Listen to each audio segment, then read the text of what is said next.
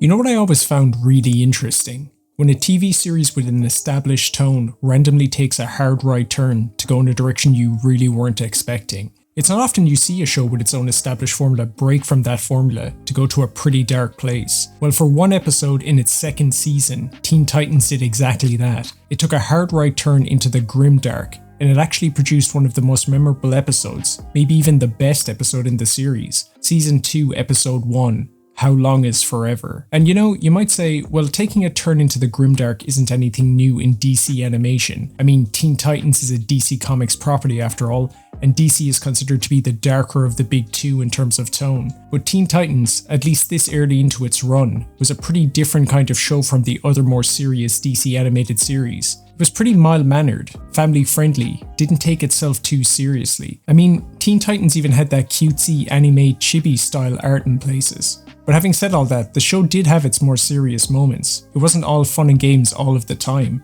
Some episodes did touch on some heavier topics and themes, but what made How Long is Forever stand out from the other more serious episodes was its tone. How Long is Forever is an episode that has a genuinely sad undercurrent running through it. So what was How Long is Forever actually about? Well, at its core, the episode is all about friendships, and how they can break down over time and how friends can just drift apart from each other. On the face of it, it might not seem like a totally out of left field topic for a cartoon series about a group of teenage superheroes, but like with any story, it's all about how it's handled. So in typical Teen Titans style, the show starts out pretty easygoing with Starfire gathering together gifts that she wants to give to the other Titans. For Starfire, today is the Tamaranian holiday of Blorthok, the Festival of Friendship. As you might have guessed though, things don't go exactly as Starfire has planned, because while this is a special day for her all about celebrating friendship, the rest of the Titans are just non-stop bickering with each other. Things boil over when Starfire's Tenabula, that would be this thing, ends up getting broken. But just as things start to settle down, the Titans are alerted to a robbery in progress being committed by this guy,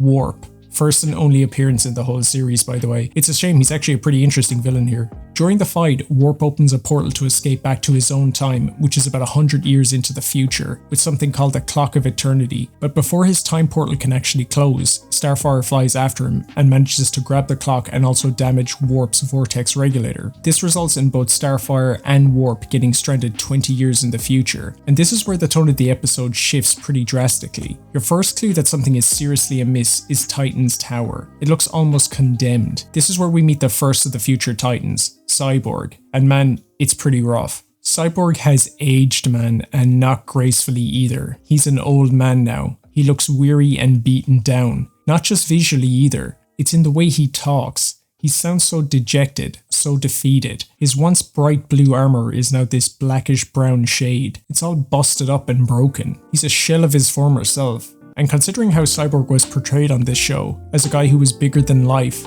so over the top, so young and vital, to see him like this now, so worn down, so old and disheveled, it's its own particular kind of sad, you know? A kind of sadness mixed with the realization and harsh truth that no one stays young forever. What I feel when I saw Cyborg like this as a kid is the same feeling I get now as an adult when I see an actor from a show I used to watch when I was younger, and you see that actor is now an old man. It gives you pause for a second. The design here for Cyborg is so effective too, man. I mean, Cyborg is physically tethered to Titan's tower. He couldn't leave even if he wanted to. His tech has become so old and outmoded, he's barely able to keep it functional, cobbling together mismatched parts just to keep himself mobile. When Starfire enters the tower, there's a small but actually really important story detail that can be seen here. The beads from Starfire's Tenabula, the necklace thing, they're still on the ground, 20 years on from when they landed there, so the Titans fell apart almost instantly after Starfire vanished. And this is confirmed by Cyborg when he gives Starfire the lowdown on what's happened in the last 20 years. Cyborg also explains that he knows the whereabouts of Beast Boy and Raven, but as for Robin, he stopped talking to him years ago and he has no idea where he is. Cyborg isn't the only one who's fallen on hard times either. No man, this episode is a whistle-stop tour of misery. When we catch up with Beast Boy,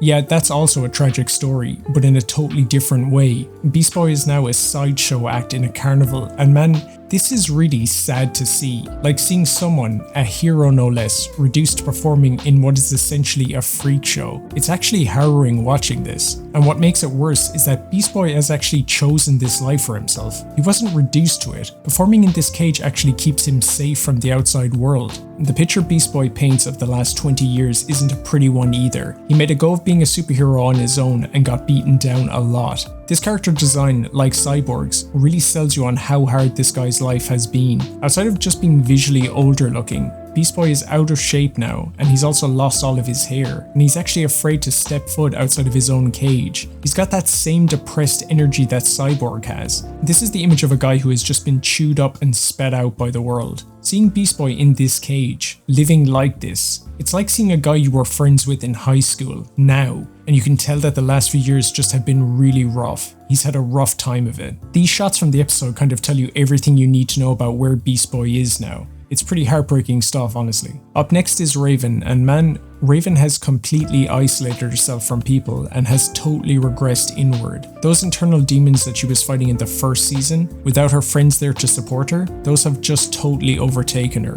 Raven is the Titan that gets the least amount of screen time in this episode, but from what little of her we do get to see, it's pretty hard hitting. On rewatch of this episode, this scene with Raven hits a different, more tragic chord with me than it did originally. Seeing Raven like this, so regressed from the place she was at the end of the first season, seeing her talking to herself, barely even aware of her surroundings or the people around her, it reminds me of, well, mental illness and the impact it has on people. How people you know can become lost to it in a prison of their own mind. I don't think this white room was just a stylistic choice on the side of the writers either. No, this blank, overly bright white space with no objects or furniture, I don't think the metaphor is lost on anyone what this room is meant to symbolize. Like I said, we don't get much time with Raven in this episode, but the writers do a lot with what little time they do give her. They say plenty. So Robin is the last of the Titans that Starfire encounters. And before we get into what Dick's been up to in the future, I need to go on a small tangent. You know, I've always found this version of Robin to be really interesting, because he never, at least to me, felt like a one-to-one adaptation of any of the comic book canonical Robins. So up front, for those who don't know, Robin from Teen Titans is in fact Dick Grayson. But if you didn't realize this from the very sporadic clues that the writers dropped over the course of the series, you might have a hard time figuring out who's actually under the domino mask, because this version of Dick Grayson isn't really anything like the Dick Grayson from the comics. He doesn't really resemble any of the canonical Robins. You see, it's not uncommon practice for the writers on superhero animated shows to amalgamate several different Mantle Legacy versions of a character into one singular new version. Writers mix and match all the time. Tim Drake's Robin on BTAS was a composite of Tim Drake from the comics and also Jason Todd. Wally West on Justice League has Barry Allen's origin and backstory more or less. He also has the same day job that Barry Allen had in the comics, as a forensic scientist. In Superman the Animated Series, it wasn't Hal Jordan who received the power ring from Abin Sur, it was Kyle Rayner. But the writers on Teen Titans didn't take this tack with this version of Dick Grayson here.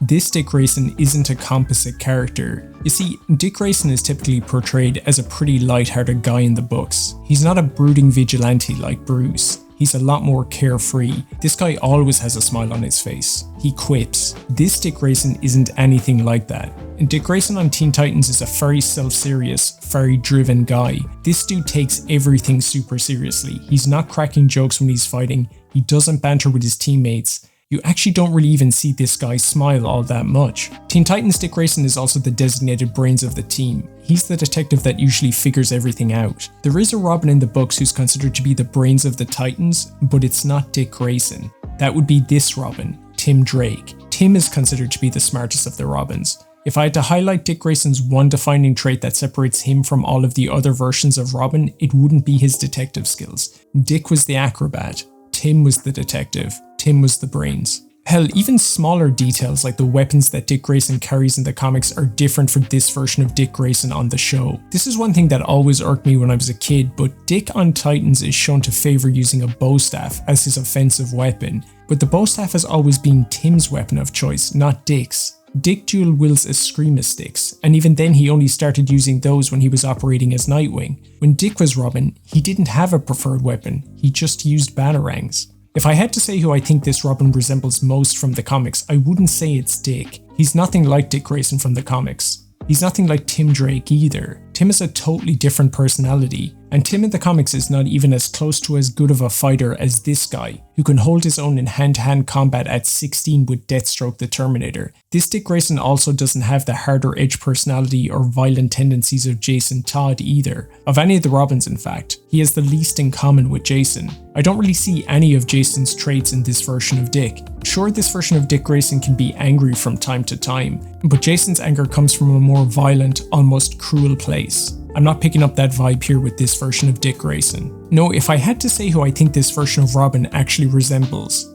who he actually reminds me of, I would have to say this version of Dick Grayson is actually a lot closer in personality to Bruce Wayne, which brings me nicely back around to what Dick has been doing 20 years on from the last time we saw him in this episode. Dick is operating as Nightwing now, and in the same way that Robin on this show always felt like a totally different character, this version of Nightwing also feels like a total reinvention. This version of Nightwing feels more like Batman than Nightwing here. I mean, this is Nightwing's introduction, and this comparison to Bruce Wayne isn't just skin deep either. This version of Nightwing likes to work alone. He has his own hideout that you could easily mistake for the Batcave. He's got a trophy room display for his old costume. He strikes from the shadows. And don't for a second think that I'm ragging on this version of Nightwing for being such a departure. I'm really not. On the contrary, I love this version of Nightwing. It's one of my favourite reinterpretations of a character, probably ever if I'm being honest. When writers are adapting a property, I don't want to see a one-to-one recreation of a comic book story or a character. This is what I want to see, something familiar but with a new spin put on it. This episode gave us a new version of Nightwing that feels fresh. It's an interesting take on the character. This feels like Nightwing, but if Nightwing took the place of Batman instead of the mantle of Batman. The costume is pretty sick too. Again, the showrunners really went out of their way to give us something interesting here with this design. Nightwing's costume doesn't usually have a belt on it, but this version of Dick kept the original belt from his Titans Robin costume. It's a nice callback and it works really well here. Long hair is something we typically don't see on Nightwing much anymore. I'm not a fan of Dick Grayson's ponytail era, but this works, man, I like it. So as you might have picked up, the theme of this episode is centered around friendships and how they can fall apart. But there is another theme being explored here as well, and that's grief and how people respond to it. Each character is in a pretty dark place. So you might be asking yourself, what's Dick's issue in the future? What's he struggling with? And here's where things get really interesting. I think the writers were playing a more subtle game with Dick's reaction to trauma and loss. Outwardly, Dick doesn't seem to be dealing with the same issues as Beast Boy, Cyborg, and Raven. Unlike the others, he's also still active as a crime fighter. He's still functioning. Every member of the Titans was negatively impacted obviously by the disappearance of their friend 20 years previously. Each member expressed that trauma in a different way, and that's true with this version of Nightwing too, although it's not immediately obvious. Robin broke from the Titans. From the sounds of it, it wasn't on good terms either, and as a result, he went down a darker path, adopting the tactics and methodologies of his estranged father figure to a more extreme degree, becoming a lot more brooding and disconnected as a result. Dick's trauma isn't as visibly obvious as that of the other Titans, but I think that's what this whole Nightwing persona actually is, a reflection of his trauma, and not just the loss of Starfire, the loss of all of his friends. He might be functional, he might be really cool looking, but he's still broken like the others. This is the darkest timeline after all. No one is meant to be doing well here. This isn't where you would want these characters to end up. They're not the best versions of themselves in this future. They're not meant to be. And what's interesting too, and this is just me maybe overthinking it, but in this future, with the way Dick is operating, more like Batman, in the context of the episode, that would actually be considered the worst outcome for Nightwing, to become more like Batman. I find that so interesting. Like, the closer Nightwing gets to operating as Batman, the worse it actually would be for him. It's almost like the writers are saying that Batman's influence on Dick in this continuity would be a negative overall. Again, that's just something you could interpret from this episode. I'm not saying that's what the writers were getting at. I'm just saying you could read a lot into Nightwing's characterization in this episode. How Long Is Forever doesn't end on a sour note. It actually ends pretty optimistically, with the Titans coming together to defeat Warp and preventing this future from coming to pass. It's bittersweet seeing all of these guys as adults working together again, and the instrumental music playing for Starfire's goodbye is so heartrendingly sad. How Long Is Forever is an episode that will stick with you. It's one of those rare episodes you get from time to time where the writer really doesn't hold back and actually goes in for the kill with the exploration of a team, knowing full well it will probably upset the viewer, and got to give credit to the writer David Slack here. This guy actually wrote a lot of really good episodes during the show's 5-season run. Honourable mentions, Season 1's The Sum of His Parts, and he co-wrote Season 1's finale Apprentice and Season 4's finale The End. Two absolute bangers as well. Teen Titans Classic went pretty hard back in the day. If ever a show needed an X-Men 97 style continuation, it was this one. And to address the obvious, Teen Titans Go isn't a continuation of the original series, even though they did get back the original voice actors. Teen Titans Go is very much its own thing, with some loose, and I mean very loose nods to that original series, and it's obviously not a patch on the classic Teen Titans. I'm not knocking Teen Titans Go, it's got its audience, and it caters to that audience of 7 to 8 year olds. And don't get me wrong, Teen Titans during its original run skewed younger too.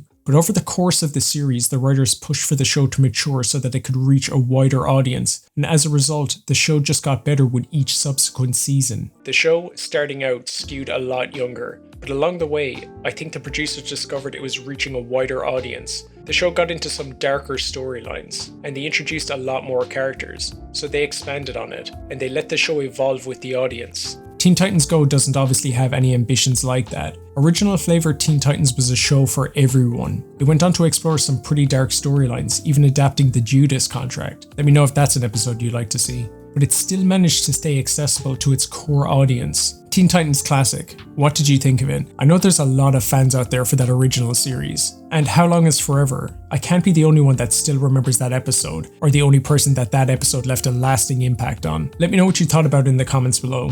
Like, share, subscribe and all that jazz, and as always, thanks for watching.